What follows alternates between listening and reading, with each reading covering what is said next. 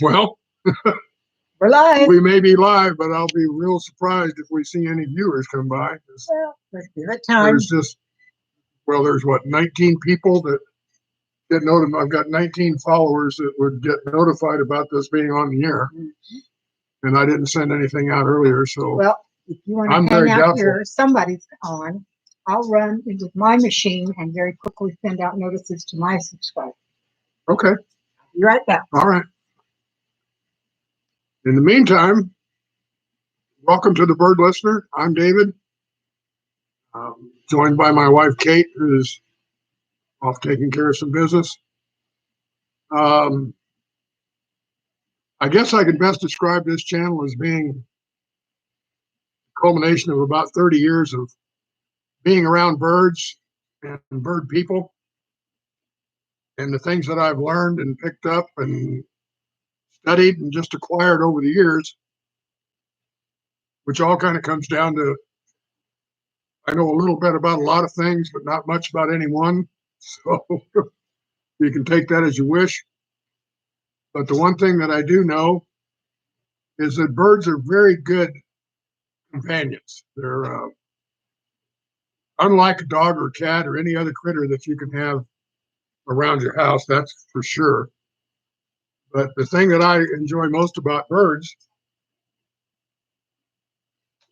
is that each and every one of them has their own distinct personality. The best thing I can talk about in terms of that is our three macaws. We have Carib and Bravo and Gandy. Carib and Bravo are both pure blue and golds. Gandy is a hybrid. It's actually called a Hawaiian Sunrise. The hybrid of a hybrid, as a matter of fact. They're quite rare.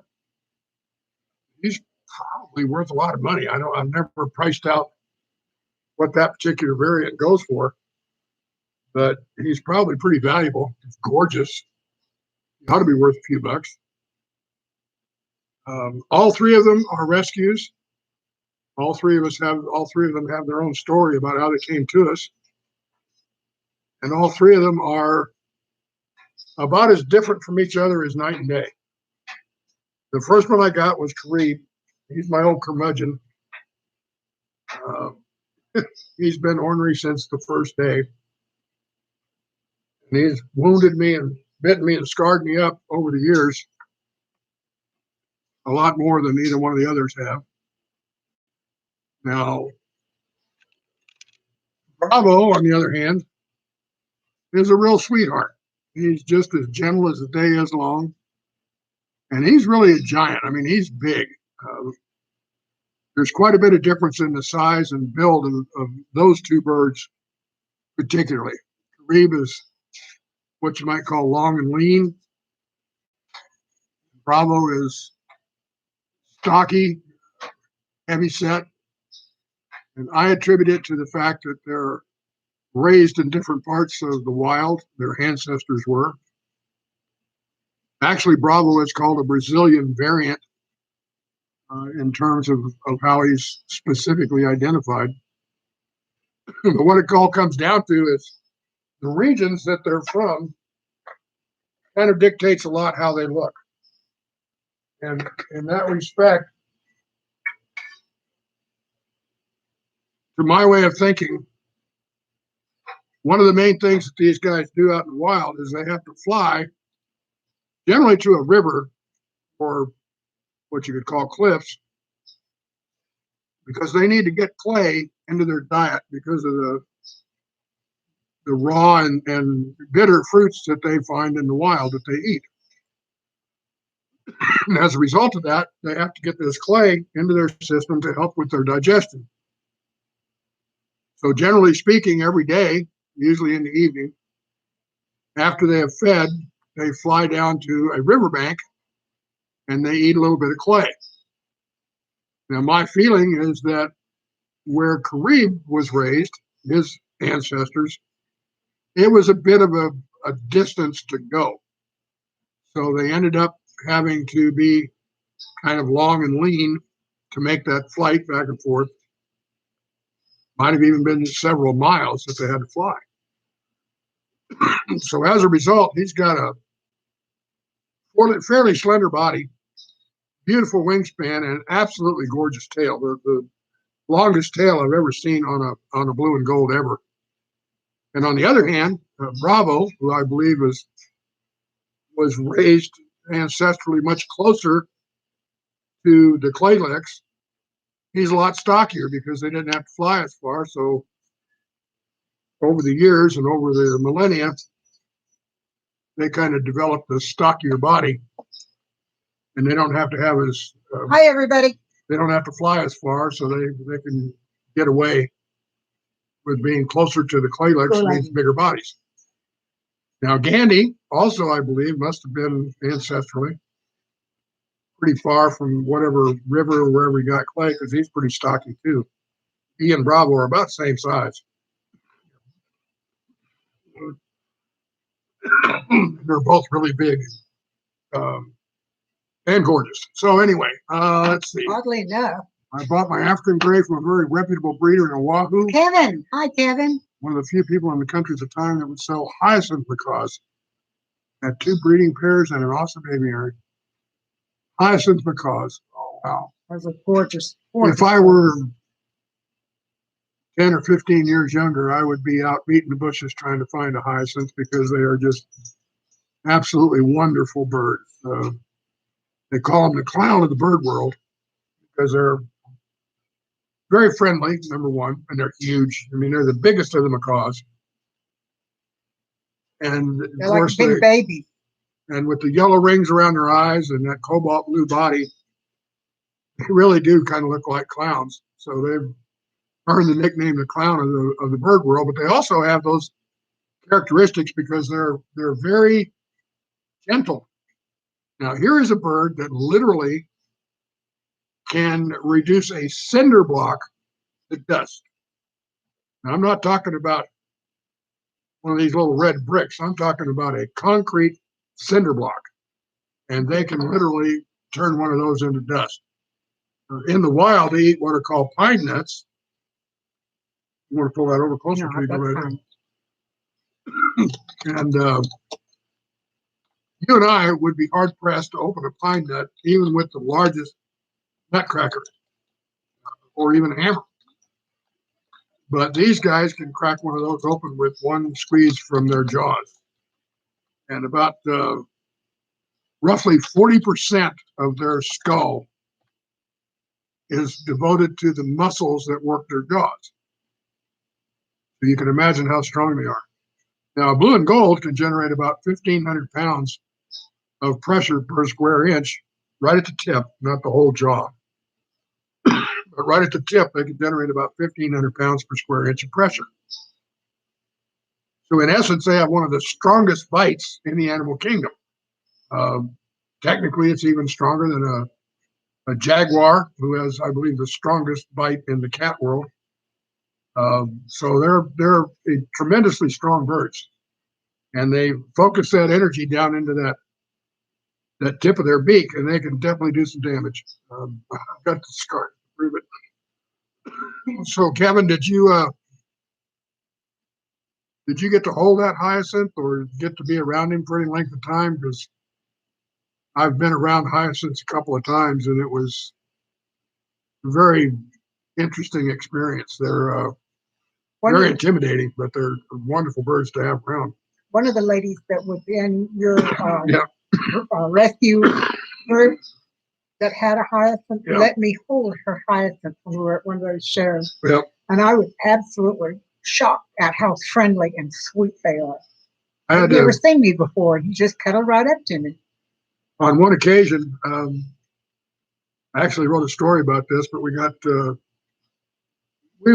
would go out and do nail trimmings and wing clippings for some of our members. Excuse me just a minute.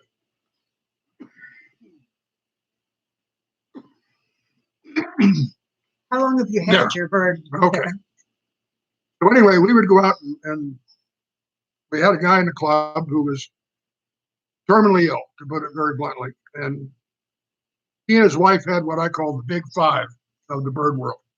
They had a hyacinth macaw, a blue and gold macaw, African gray, an umbrella cockatoo, and one of the larger Amazons. So those were the 5 major birds that people kept, and they were part of our bird club. And We had one of each of them. he was, yeah, and they were all just absolutely gorgeous and well trained, well behaved. All of them were very well kept. And they called us out one day to see if we would come out and do the wing trimming and the nail clipping for all 5 of them. And of course, I'd held a hyacinth, but I'd never handled one, where you're going in to trim their wing feathers and trim their claws and stuff. But of the 5 that we did that day, he was the gentlest and raised the least fuss about any of it. I was the trimmer. The woman that I worked with was the holder, and I was the one that did the trimming of the wing feathers, and then the trimming of the nails and filing down the sharp tips that we made. And it was a female, and she took it like I'd been around her all her life. She didn't struggle or fight or anything. She was just wonderful. So you had him for the full 33 years. How wow. exciting.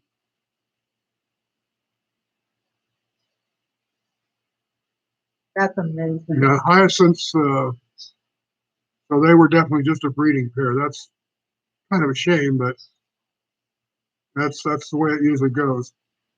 Well, once so they you've had become this one. breeders, they don't like to be handled. Well, some breeders don't like to have their birds handled. Well, that's because of fear of Because transferring of- diseases yeah. and stuff. And also to them, those birds are essentially just a thing. They're an investment. And so they don't try not to, I guess, probably get like emotionally attached to them or whatever. And they pretty much leave them alone just so they won't get so used to being handled by people. But I would not be able to keep my hands off a hyacinth. So you hand fed that one from the time it was hatched. Dandy is pretty much a one-person bird too. Although I encourage him to spend time with David. My brother-in-law, who lives on the property with us, is not afraid of Dandy at all, and he'll reach up and stroke his beak and stuff, and he doesn't get bit.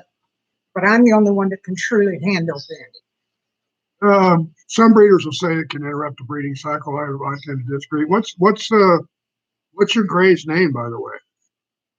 I've had African grays in the past too, so I had to leave that one behind whenever I got divorced.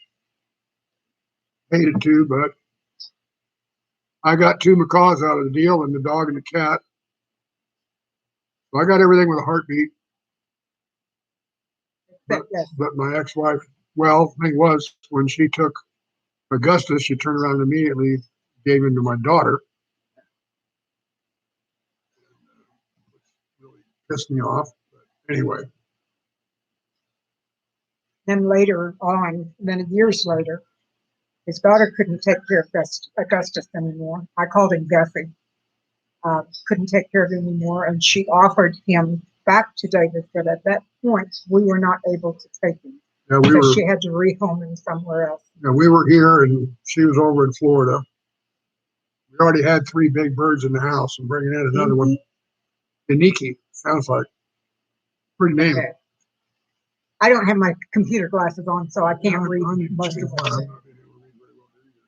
I can go get mine if I really want. The world is really out there. It makes all the difference in the world. Yeah, grays do have a habit of kind of being a one-person bird. Now, Augustus, although technically belonged to my ex-wife, everything that he learned to say, he said in my voice, with my inflection and my tone of voice and that sort of thing, which I think may have contributed to the fact that's why she gave him to my daughter. Because he didn't ever say anything in her voice. But he was a good talker and smart as a whip. Augustus Grayus Maximus. Screeching wind. In Hawaiian. Well, that's probably a good name for a gray, because they can certainly do that. Really? Yep. Well, how you doing anyway, Kevin? I know we saw you the other day we saw you on Sunday. Thanks for coming by here, I'll be by the right way. back. I'm gonna go get my computer glasses. Okay. Are you doing all right? I don't really expect very many people to show up. I kind of just sort of dropped this in at the last minute, and Kate went in and sent out an announcement through Inside Kate's Kitchen, so we might get a few more. But I didn't do any promotion on Facebook or anything for today's broadcast.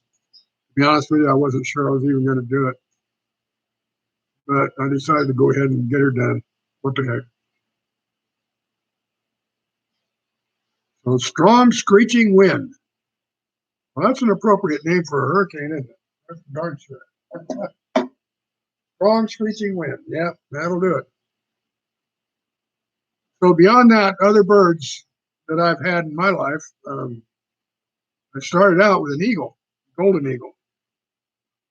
That was back when I was around 10, 11 years old. And my dad, who was a veterinary technician in the Air Force, hey, Diamond Willow, hi. Susanna, it's good to see you. Thanks for coming by. I can see them too. We got Here. Susanna from Alberta. Oh, hi, Suzanne. And And Kevin. my dad was a vet tech, and some hunters or somebody who was out in the wild had found this golden eagle that had either fallen out of its nest or been abandoned or whatever. So they brought it into the vet clinic, and my dad brought him home. And I don't know how old it was when we got him. He ate meat, hamburger, and things of that sort. And I had him for a little while, but Hi, Robert. ultimately it didn't work out. He passed away. I guess just wasn't meant to be. But from the time, this is way back in the day before the internet. This is back whenever you had World Book encyclopedias to go to look up anything about birds. So I studied up on eagles and falconry and all that sort of stuff. I was all ready to raise this eagle and be a falconer. Robert, but it didn't work out. Howdy, good to see you. Yeah, the golden eagles are actually my favorite. I personally, I think golden eagles are a much better symbol of our country than the bald eagle. Little known fact, but the bald eagles pretty much are either scavengers or they hunt in streams and rivers and along banks of bodies of water. The golden eagle hunts anywhere. They hunt in the mountains, on the plains, even in the deserts and the forests and everything else. They're a much more adaptable bird, and they're bigger and stronger. I actually have a picture of a golden eagle attacking a deer, a full-size deer, and took it down, killed it. And it was one of these time-lapse cameras, and it showed the eagle attacking the deer and literally killing it, and then feeding on it. And it came back several days after that in a row, and other scavengers came up and fed on it too. But this golden eagle killed a full-size deer. So, and they're fearless. They're totally, totally fearless. So, how did you hear about us, Robert? Monitor the bald eagle nest right across from my work site. That's cool. That would be cool. I used to watch. Oh gosh, what are they? What cranes were these? I think it's when they have in Nebraska. The sandhill cranes, I believe they are, something like that. Yeah, that's what they are. But anyway, there was a group that had taken these birds and put them into kind of a refuge, and they needed people to run the cameras that kept an eye on these birds. So I volunteered to do that. So for around 2 hours or so every day, it gave you the control thing on your monitor. I'd move these cameras around and spot all these various cranes that were hanging out. It was fun. I did that for several months. Then they moved them down to Florida to their other grounds. So when they did that, I didn't follow the group. I wondered if my post got out there. I put one on my timeline and one in Daddy Curbs, so I wasn't sure where it came. Kilton Carter just said she saw your Facebook post. I know. I asked him where he found it. Yeah, whooping cranes are My father told me one time he could remember when there were 26 whooping cranes in the whole world, Hmm. and they've made an enormous comeback. Kevin, I didn't know you were from Aransas Pass. I'm from Corpus.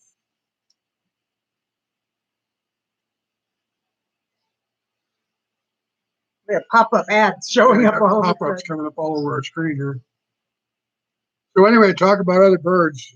The ones that I've had as companions over the years have been, up until we got macaws, were small birds, primarily cockatiels.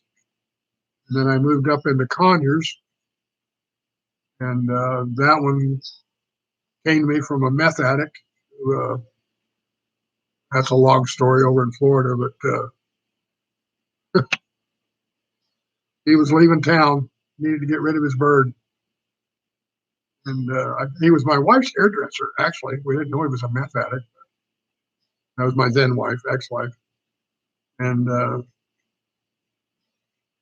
somehow or other, he was talking about it one day when he was doing my wife's hair, and said that he was leaving and he was just going to turn this bird loose. So she said, well, don't do that. We'll take him. So we had this little green cheek conure for a while. And that's the bird that actually got me into a bird club over in Florida. I didn't know diddly squat about taking care of anything bigger than a cockatiel, and they're not that much bigger. But when I first got him, I didn't even know what he was. I didn't know what breed he was. So I needed some education too. Okay, Flower let's see. Bluff. I was in Otho, right up the street from Flower Bluff. Yeah, back in the 70s, whooping cranes were certainly very much endangered. I'm glad we saved them. They're impressive birds. Impressive birds. They really are. But, the ones that I was dealing with when I was doing this little TV thing where I moved the cameras around, those were sandhill cranes. But they were pretty big too, about 5 foot tall. My introduction to the bird world was with parakeets when I was 6. Yep. My brownie troop went to the local children's television show. They always had somebody that played Oh yeah, cartoons. you told me and about stuff. that. Yeah. And one of the segments was they were showing how to trim a bird's wing. And I was on the front row and I watched very carefully. And when it was all over, the fellow who was a cowboy asked who wanted the birds, and my hand shot up in the air before anybody else. You didn't even think about it, did you? I did not even, it didn't even occur to me to think about it. And what did Mama say when you got home with the bird? Oh, Mama was there in the studio. She was okay. She was the brownie leader. But he said, well, we'll talk to your mama and see what she thinks. And so I turned to him and I said, you don't need to talk to my mama. I'm going to take him home, my bird. You were what, 6, 7 years old? I was 6. And the bird was a little blue and white parakeet. And I took her home. He provided me with her, a cage, some food, some gravel, and he'd already trimmed her wing. And so Mom said, okay, because I was so determined to have her. And I took her home and named her Bimbo.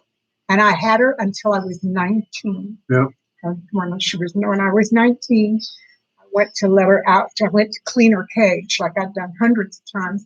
And I pulled the bottom out and she got startled and fell and took off flying. And I never did get her back. She's gone. Well, just about every bird owner I've ever known has lost a bird. Most of them at one time or another, getting out a door or just flying away, or somebody thinking, well, I can walk around with them on my shoulder outside. Not a good idea. Not a good idea. Well, when I was 13, we lived in a house that had a screened-in porch. Actually, it was a 3-season porch with windows, and my mom allowed me to turn that into my bedroom. And it had large columns between the windows, to support the windows. And on every column, I had a bird cage with at least 2 parakeets in it. And I was raising parakeets like crazy. Yeah, Kevin, one of my favorite birds is the caracara as well. They're impressive birds. They are really, really impressive. There's a place here in San Antonio that is run our local avian vet and her husband kind of run the place. The husband is the main dude down there, and Dr. Hill is she's a general veterinarian, but she's definitely got a lot of avian experience because she works with all the birds.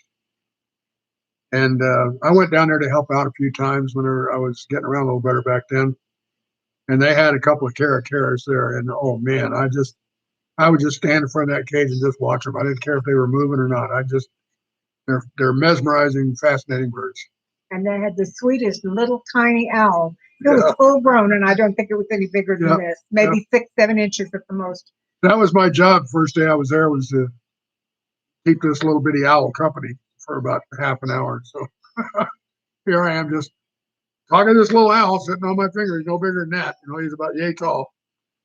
So, but it was fun. It was so soft. Yeah. And Amazing. Its feathers are much softer than any other feathers I've ever touched. we had a lot of other birds that were Karen, hi, welcome. kind of in other cages around in that facility. They had all of them there were to be rehabilitated, or they'd been injured to the point where they weren't ever going to be released. But yeah, if I had all the money in the world, I would have a raptor recovery center where you could bring in all kinds of raptors and do rehab on them. And I'd have You a would take wing off care to of the side for all the rest of the birds. Well, I'd have exotics too. One of the Did most you see tragic. Karen came in? Yeah, hi Karen. One of the most tragic things about having birds is these guys will all outlive me. There's no doubt in my mind, and probably outlive Kate as well. Very So, good, Robert. I did it's, mine, and it turned out beautifully. When you get a big bird, especially, you kind of got to make arrangements for it in Karen. your will. Up until my daughter got rid of Augustus, we kind of had a deal that she would take Cream Bravo, but I don't think that deal would go through anymore. And I haven't actually taken the time to work it out here locally in San Antonio, where we know virtually no one who could even bird sit our birds. I mean, we can't really go anywhere. I'd love to go out and do a little bit of traveling, but we can't because there's nobody to bird sit for us, which is one of the things I used to do back in Florida. I would bird sit for people Right, while they Karen? went off on trips and enjoyed it. I'd generally be at their house because it's a lot easier that way than going in a couple of times a day. I just stay there. But the American Eagle Foundation, a good group of people there. I will. Sorry for interrupting again. It's okay. Karen, did you end up going on strike, or did they settle it at the last moment?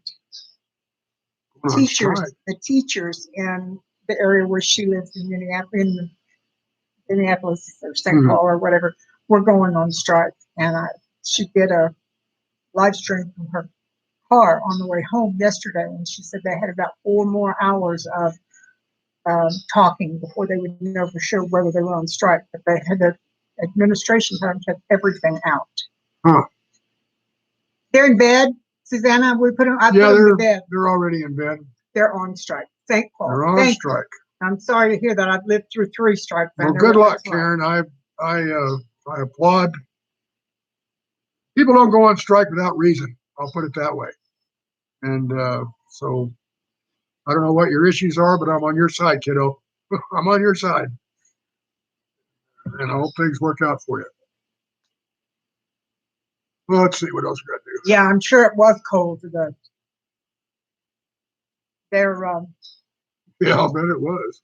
It's pretty chilly up there right now.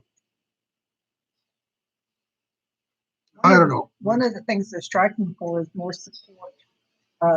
There's some students. I think they were English students that were working towards some kind of a degree or something in English, and they got no support.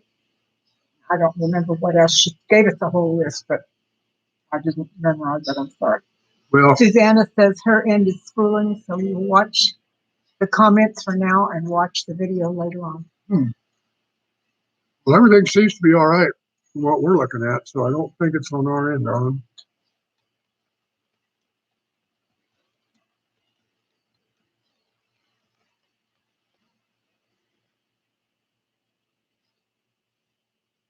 Good idea. Thank you. I didn't think of that. Okay, she's not watching the screen, she's watching the comments. Right. Okay. So let's see. I hope you do manage to get things straightened out up there, Karen. I know that teachers especially don't go on strike for little stuff, so I hope things work out for y'all. I tell you, one of the, and I bring this up. I read some time ago that this this kid, because he couldn't pay for his lunch meals, was going to be taken away from his parents. And I can't really say that it was true or not, but it got me to thinking about school lunch debt.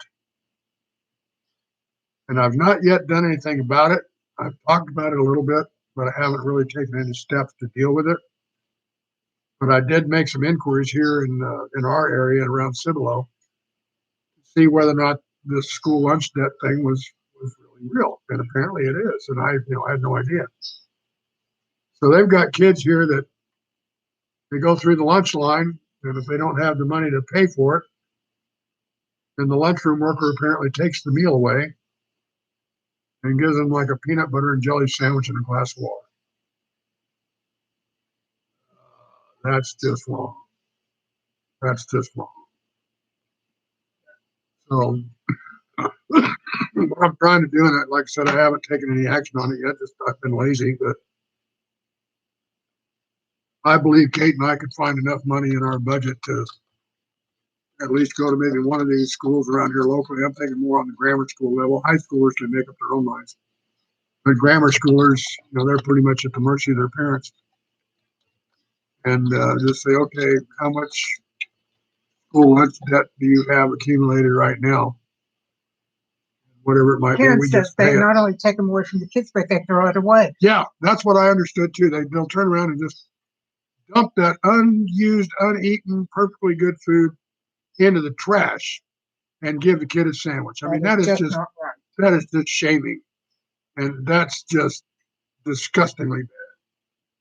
So anyway, we're still looking into it, but what I want to do is, let's go down to one of the elementary schools here, and if they've got a few $100s in school lunch debt, well, we'll just clear the tab for everybody. And I was actually thinking about putting a little bit in reserve. Say, okay, any kid that comes through that line that can't pay for the lunch, you take it out of this account right here. And let us know when it gets low. And let we'll us know take when it it up gets again. low, because I'll put some more money in it. I cannot see sending a child away, especially in the grammar school level, for lunch when they need it so badly. And in many cases, not around here, this is a fairly affluent neighborhood, but it might be the only decent meal they get all that day. And somebody just turns around and throws it in the frickin' trash. That's just, I couldn't do that. I'm glad I'm not in that environment, because I'd go ballistic. I would really go money ballistic. out of my pocket and pay for it right there. Well, apparently a lot of teachers do. A lot of teachers do. They'll just slip it to the kid quietly before they go to lunch or something. But teachers are like that. I've never met a rich teacher. I'll put it that way. You never what? I've never met a rich teacher. No. Because they either spend it on supplies, or they spend it on their kids, or they spend it on their room. Teaching is how can you say it? It is, to me, one of the most honorable professions there is. And I still remember some of my teachers from way back in school, by name, and certainly I remember some by what they instilled in me. Oh, how cool. Had somebody pay off all of St. Paul's public school lunch debt last year, over $10,000. Wow. Now, see, I wish I could afford to do that, because that's the kind of gesture I'd like to make. That's the whole That'd be school cool. system. Yeah. That would be awesome if we could do it. You're right, Karen, it is thankless. When I was a young woman, my children were in a private school that was supported by our church. And one of the things that I am really proud to say, I was the administrator of the school for 3 years. During that time, the teachers that taught in that school never, not one, not ever, had to buy anything to go in their school. We bought them all of the art supplies. We bought them the things to go on their bulletin boards. If the teacher needed something, we bought it for them. It didn't matter what it was. And if the students needed it, we did that too. I've always been proud of the fact that we did that. Well, you know, when I was going to school in the morning, we used to get a carton of milk, you know, at our desk. We never did. And then, of course, the lunch program was free. We didn't pay for anything, any of it. And then I don't think there was ever a break in the afternoon, but every morning around mid-morning, we would all get a carton of milk. And that'd be, you know, brought. That was one of the chores, one of the big deals that the kids got to do was they'd go to the cafeteria and get the trays of milk and bring it back to the classroom and pass it out there. So we got a carton of milk and a straw every day, and then had free lunch, which was pretty good. And then, you know, that was like in 5th, 6th, and 7th, and even 8th grades for me. When I was in elementary school, we walked home for lunch because we lived less than. We had a school every 2 miles in Corpus at that time. They could not go 2 miles without getting into another school. So I walked about 3/4 of a mile from the school home for lunch, had my lunch, and walked back every day. And did that in elementary school and junior high. I did it too. In high school, we didn't go home. We just jumped in the car and went to the local hangout and had lunch. Yep. But I know it's a whole lot different. Yeah, by the time I got into high school, I was I was tooling around in my Model A and take off for lunch. I took you to the place where we used to go when I was in high school. Yeah. Do you remember, it was down in South San Antonio, so you probably don't know about it, but there was a place called the Flame Drive-In. I heard of it before, yes. Well, that was our hangout back in the day when I was here. Okay, so anyway, birds.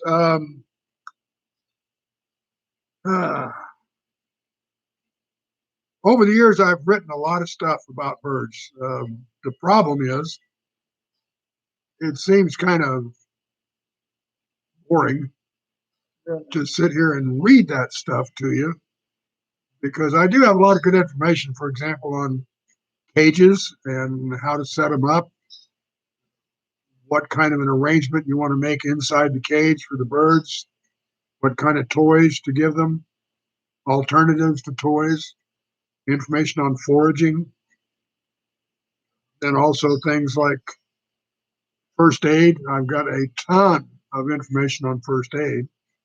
In fact, when we used to do seminars back in Tallahassee, that was my bag. That was the section of the education, and this was an all-day thing that we would give about every 4 or 5 months. We'd have an all-day seminar on a Saturday, and it'd be pretty much this step-by-step all the way through.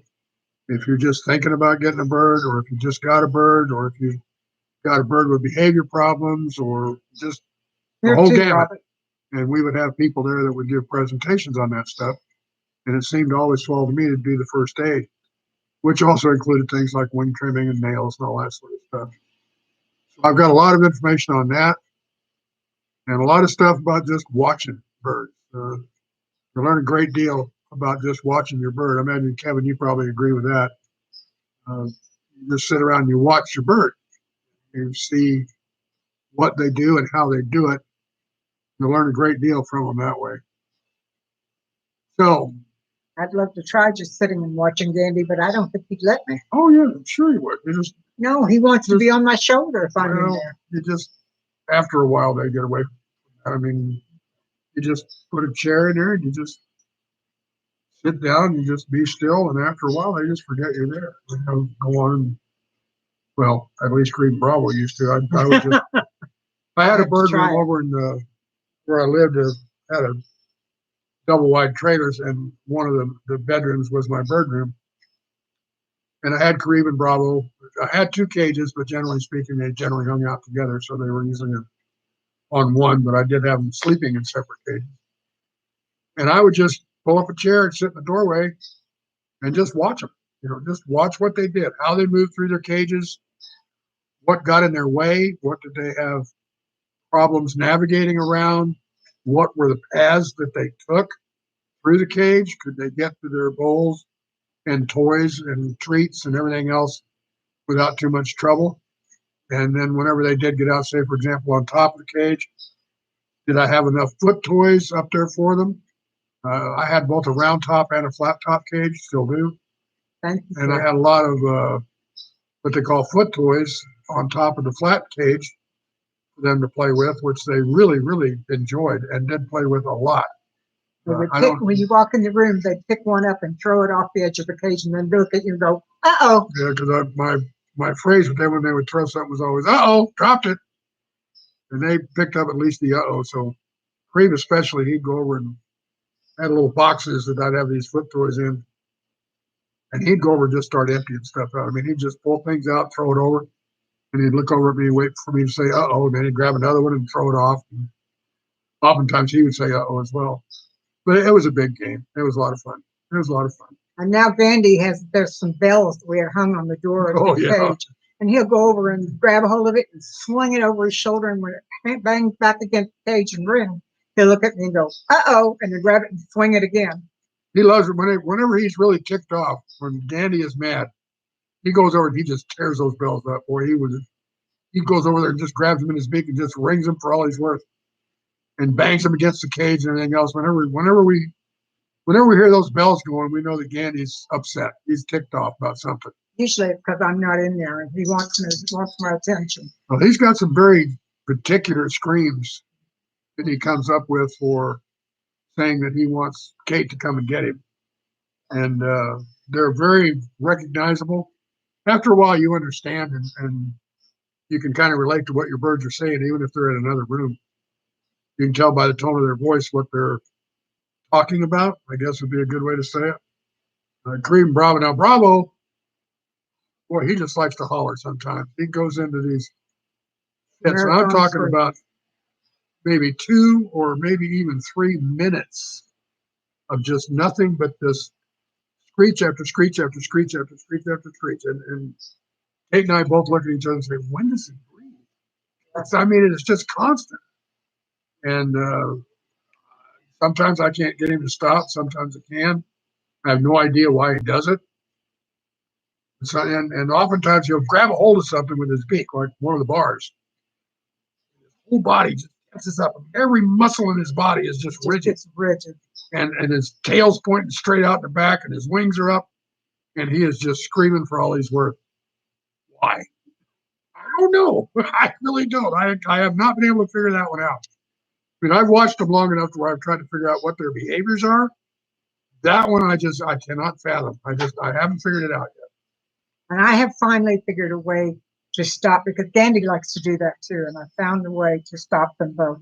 I have a hand spray bottle that I give them a bath with. It puts out kind of a light mist.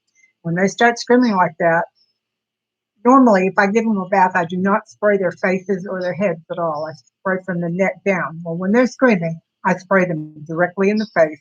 Not hard. It's not big drops. It's not a punishment by any means. But the water in their face shocks them and they stop screaming. No, it's not a punishment in any sense of the word. It's just nothing more than kind of a little deterrent, because it redirects their behavior. Mm-hmm. That was one of the other things that I used to have to get into a lot when the bird club was behaviors. I fostered a lot of birds. And part of the reason that we would foster them was, somebody would want to give them up because they were a problem. Yeah, and oftentimes it was behaviors. They would be screaming or biting or whatever. And oftentimes it would end up being me that took in the tough cases. I had a couple of cockatoos that were just, I had one of them literally fly across the room at me to try to attack me one time. He was a mean bird. And I did manage to settle him down, and we actually rehomed him.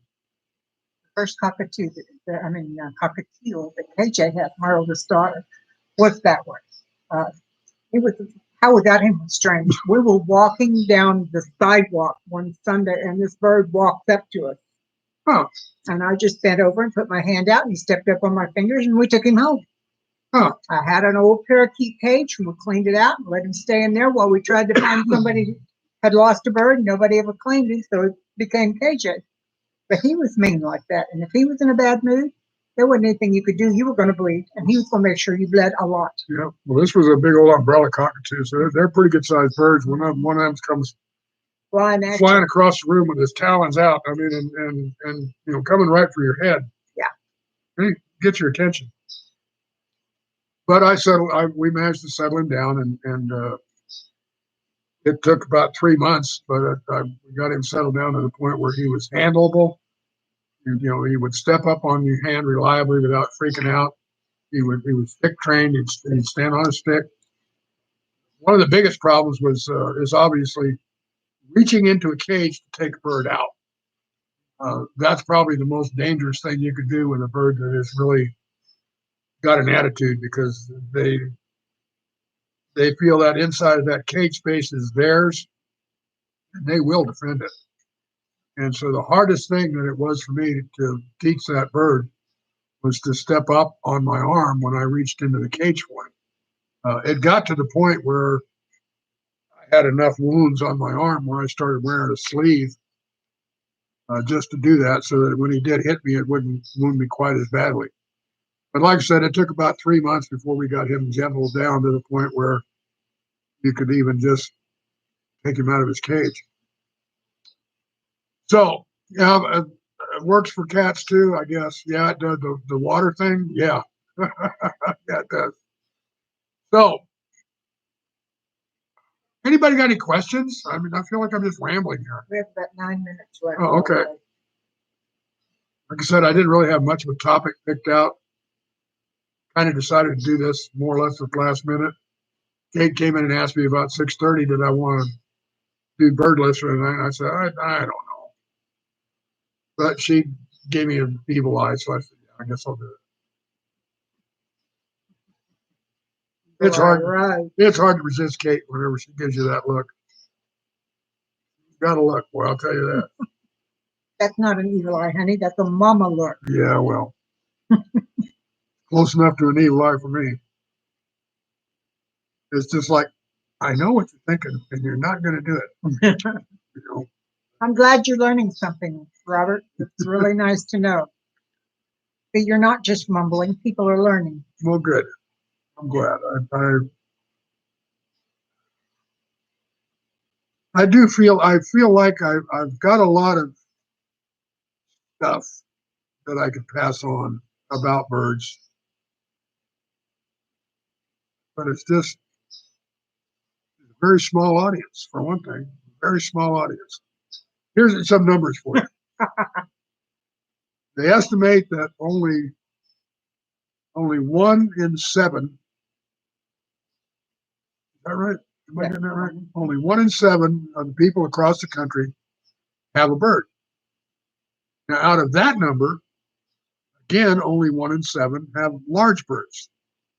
So by the time you start factoring in the population, even going at 325 million, I could give you the number, but I'd have to sit here and calculate it. That's still several million people that have big birds. And then millions more that just have birds in general. Obviously, since we have big birds, that's been our focus. But my experience in the last 20 years has been with the large birds. But before that, I did have quite a few small birds over the years. When I was in the service, when I was in the military, it really didn't make much sense to have a bird because they were so terribly hard to move, either from place to place or from country to country. So it wasn't until after I retired that I really got into having exotics in the house. And that's when I just started up with a little cockatiel back in Omaha, Nebraska. But since then, since I retired, I've probably had birds for all but maybe just a year or two out of my whole life since that point in time. So once I got out of the service and got back into birds, I've been with them ever since. And that's over 30 years ago. I've been around them a long time. Haven't learned much, but anyway. I think it's time we say goodnight. All right, folks, I want to thank you for coming by. It's nice to know that although it might be a small audience, it's an audience that cares. So thank you very much for coming by. Karen and Ken and all you others out there. It's Kevin. Kevin, I'm sorry. And Robert. And Robert. It's good to see you here. Thank you very much for your time and your attention. And we'll be around hopefully next week. I'll try to do a little more formal presentation next week without quite all this chaos and confusion in the background and all that sort of stuff. You're definitely seeing our house At its at worst. its natural state right now. But y'all take care. Have a good week. God bless, and thanks for coming. You too, Robert. Good night. Bye. Shalom. Night, night. That's what we say to our birds every night. It's night, night.